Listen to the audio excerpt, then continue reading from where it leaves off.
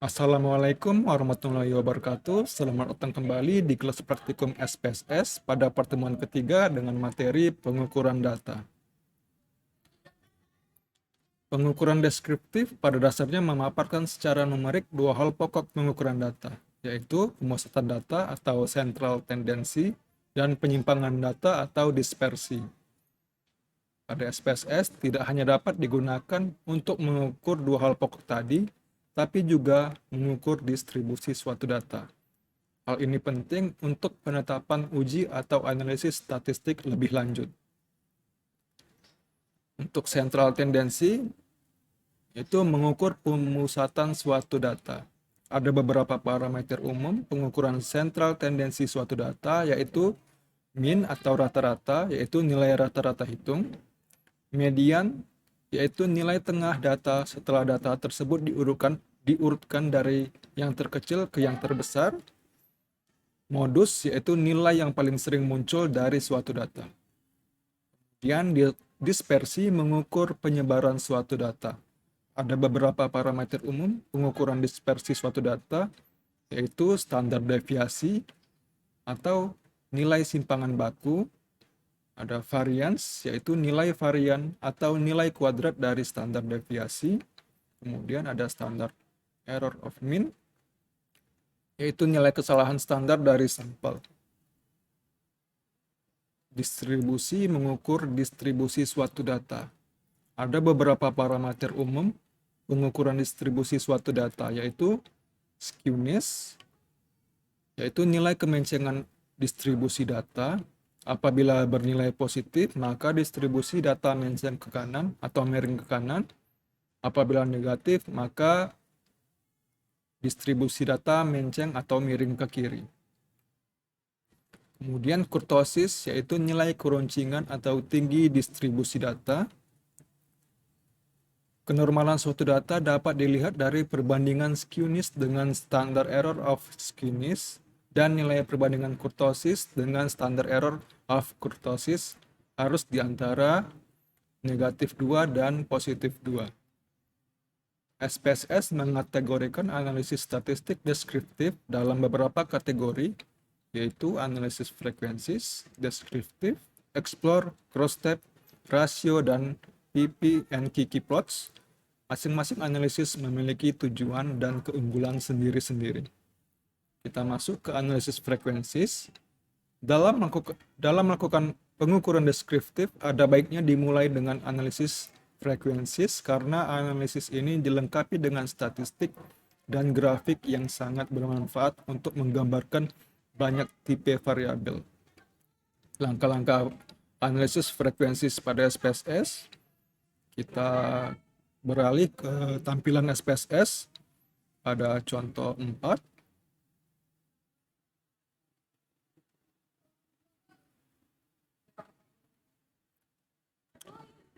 Di tampilan SPSS terdapat dua variabel, ada kelas dan juga hasil tes. Lakukan analisisnya, kita ke menu Analyze, kemudian ke Descriptive Statistik, kemudian klik Frequencies. Kemudian kita klik variabel hasil tes, kemudian kita klik tanda panah sehingga hasil tes tadi pindah ke kotak variabel. Kemudian kita klik statistik.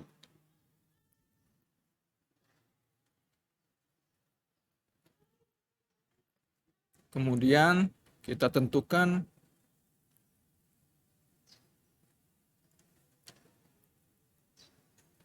parameter pengukuran yang diinginkan. Misalkan kita centang semuanya, misalkan kuartalnya juga. Oke, kita centang saja. Kita centang saja semuanya. Kemudian continue. Kemudian kita ke klik chart.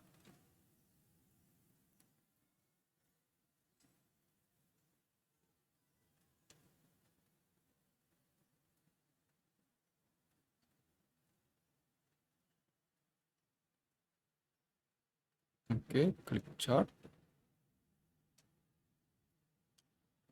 Kemudian kita tentukan grafik apa yang ingin ditampilkan. Misalkan hmm, histogram saja. Kemudian kita klik centang show normal curve on histogram.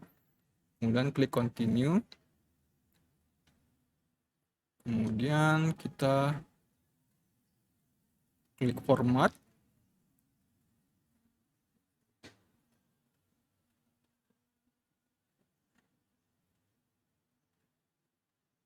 Untuk format kita pakai settingan default saja. Klik continue.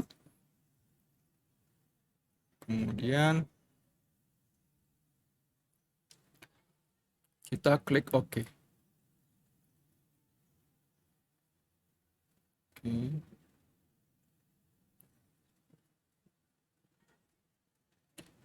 Maka nanti akan tampil di tampilan output SPSS-nya hasil analisis frekuensinya. Kita tunggu beberapa saat, maka di atas adalah hasil statistiknya berupa mean, standard error of mean, median, modus, dan lain-lain. Kemudian ada tabel hasil tesnya. Kemudian ada diagram histogramnya.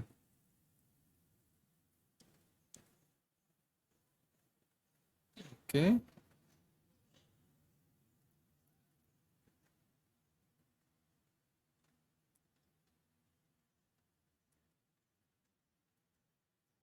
Kemudian analisis deskriptif. Analisis deskriptif menyajikan pengukuran statistik deskriptif secara ringkas. Di samping itu juga dapat dilakukan pengamatan outlier atau penyimpangan data.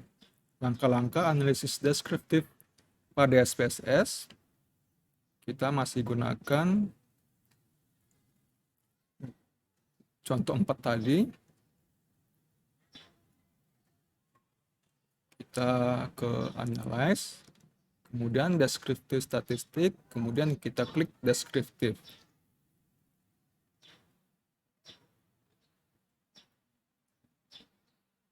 Oke. Kemudian kita klik variabel hasil tes, kemudian kita klik tanda panah sehingga variabel pindah ke kotak variabel.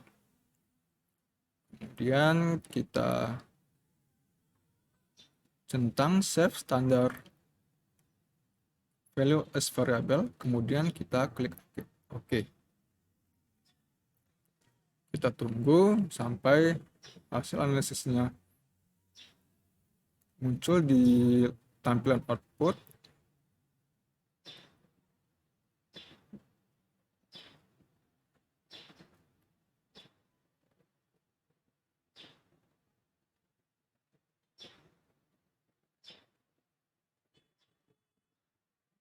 Maka di tampilan output sudah tampil hasil analisis deskriptifnya dengan banyak sampelnya 50, nilai minimumnya 60, kemudian nilai maksimumnya 100, rata-ratanya 74,1, dan standar deviasinya 12,92403.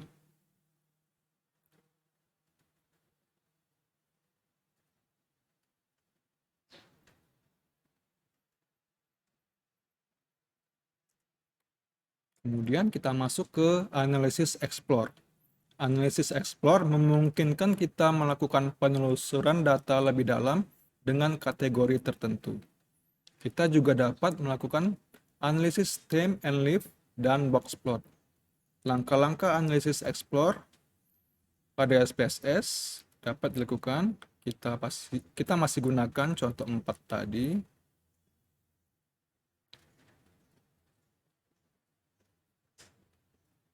Baik. Untuk melakukan analisisnya, kita ke menu Analyze, ke Descriptive, Statistik, kemudian klik Explore.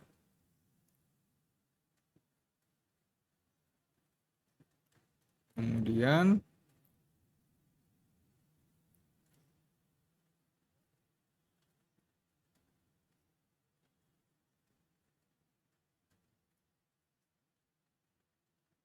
dependent list-nya, kita klik hasil tes, kemudian kelas untuk faktor listnya. Kemudian kita ke statistik.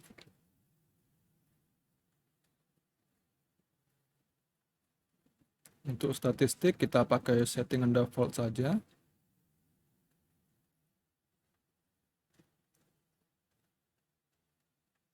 Kita pakai tingkat kepercayaannya 95%. Klik continue.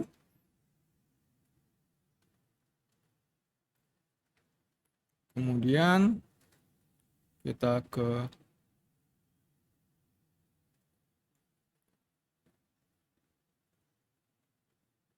klik OK.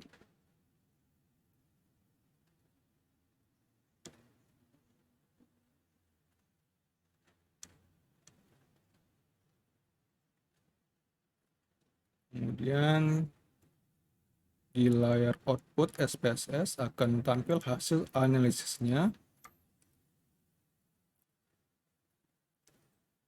Terdapat tabel pertama yaitu hasil tes terhadap dua kelas 8A dan kelas 8B masing-masing dengan 25 sampel. Kemudian di bawahnya ada hasil analisis deskriptifnya dibagi dengan dua kelas yaitu kelas 8A dan kelas 8B. Kemudian di bawahnya ada hasil tes untuk stem and leaf plots-nya. Kemudian juga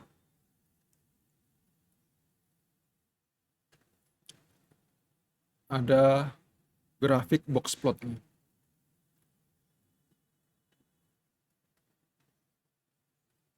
Oke.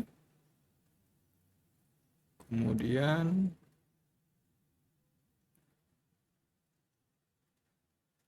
kita lanjutkan ke analisis crosstabs. Analisis crosstab merupakan analisis hubungan antar variabel kategori, nominal atau ordinal. Dimungkinkan pula adanya penambahan variabel kontrol. Yang pertama, analisis crosstabs nominal. Langkah-langkah analisis crosstab nominal pada SPSS yaitu kita ke tampilan SPSS.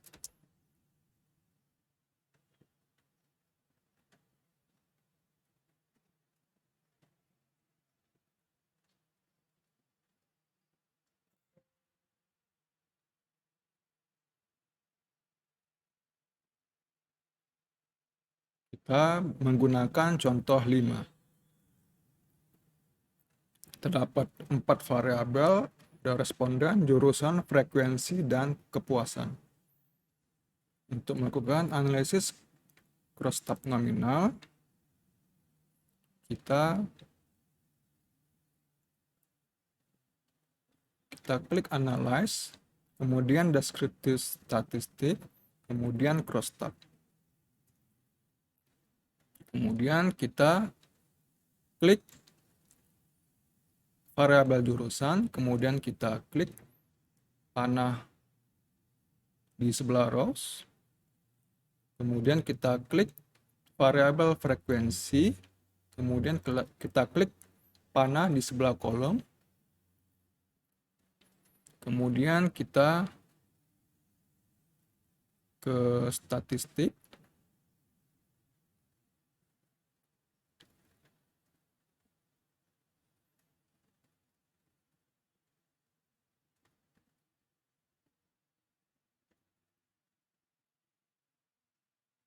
kemudian kita centang chi-square.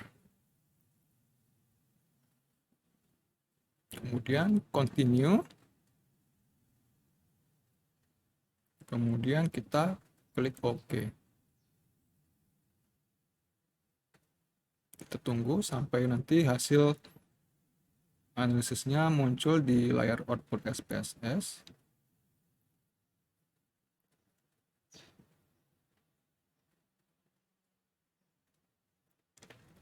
Oke, ada 3 tabel. Yang pertama ada case processing summary-nya. Kemudian ada tabel jurusan dikali frekuensi kunjungan cross tabulation-nya. Untuk jurusan ilmu pendidikan, kunjungan pertama kali ada 3 orang, seminggu lebih dari sekali ada 1 orang, seminggu sekali ada 3 orang, sebulan sekali ada 1 orang. Dengan total kunjungan untuk jurusan ilmu pendidikan ada 8 orang. Begitu juga dengan jurusan lain-lainnya. Kemudian di bawah ada hasil analisis chi-square-nya.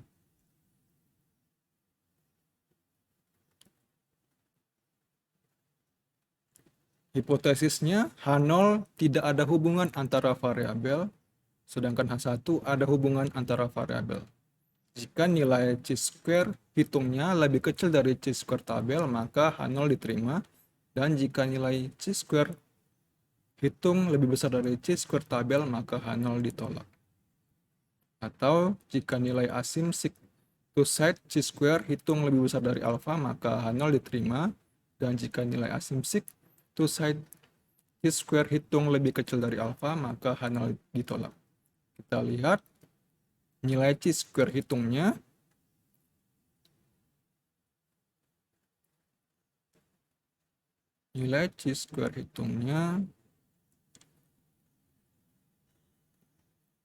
adalah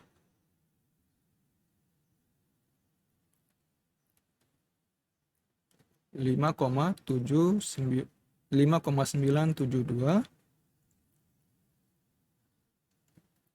Kita lihat nilai chi-square tabelnya.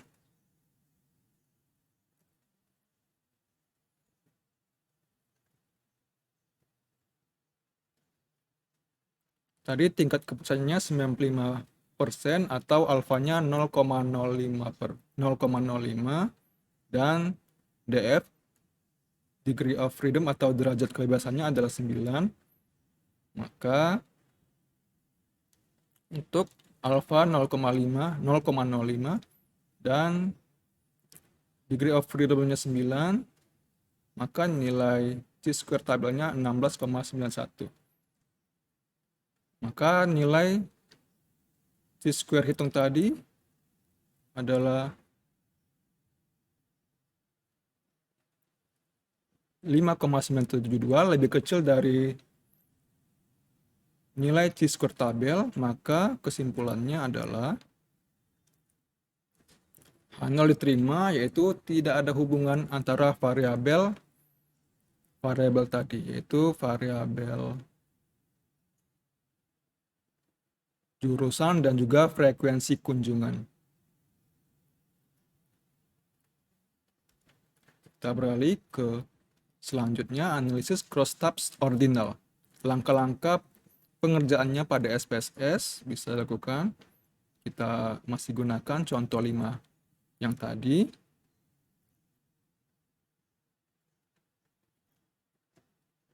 Untuk melakukan analisisnya, kita ke analyze, kemudian descriptive statistik, kita klik crosstabs. Kemudian kotak row kita masih gunakan variabel jurusan, untuk kotak kolom kita ganti menjadi tingkat kepuasan. Kita klik variabelnya, kemudian klik tanda panah di samping kolom. Kemudian kita klik statistik.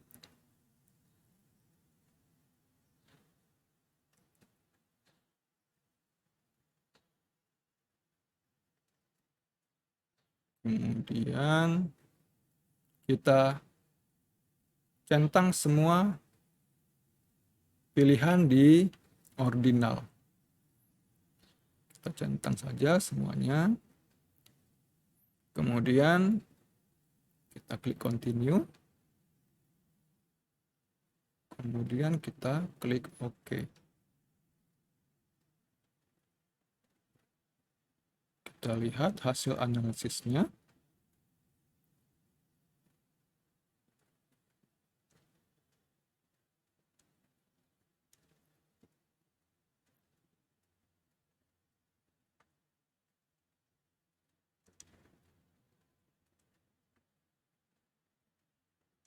Baik, telah muncul hasil analisisnya. Di atas ada case processing summary-nya,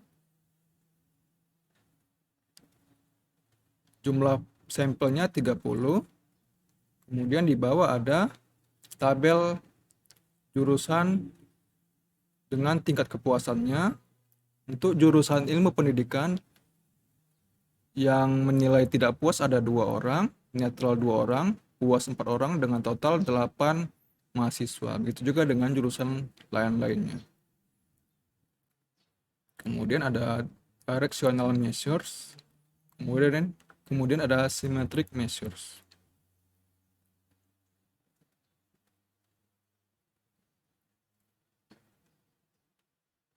Kemudian kita lihat hipotesisnya. Hipotesisnya H0 tidak ada hubungan antara variabel, sedangkan H1 ada hubungan antara variabel. Pengujiannya, jika nilai aproksik lebih besar dari alfa, maka H0 diterima. Jika nilai aproksik lebih kecil dari alfa, maka H0 ditolak. Nilai aproksiknya adalah 0,811. Di sini 0,811. Dan nilai alfanya adalah 0,05. Jadi nilai aproksiknya lebih besar dari nilai alfa, maka kesimpulannya adalah A0 diterima, atau tidak ada hubungan antara variabel jurusan dengan tingkat kepuasan.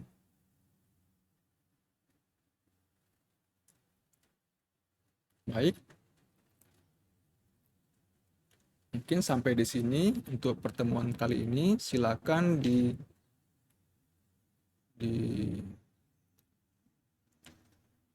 silakan dikerjakan di perangkat masing-masing.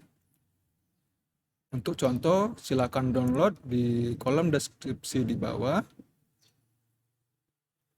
Kurang lebihnya mohon maaf, saya akhiri. Wassalamualaikum warahmatullahi wabarakatuh.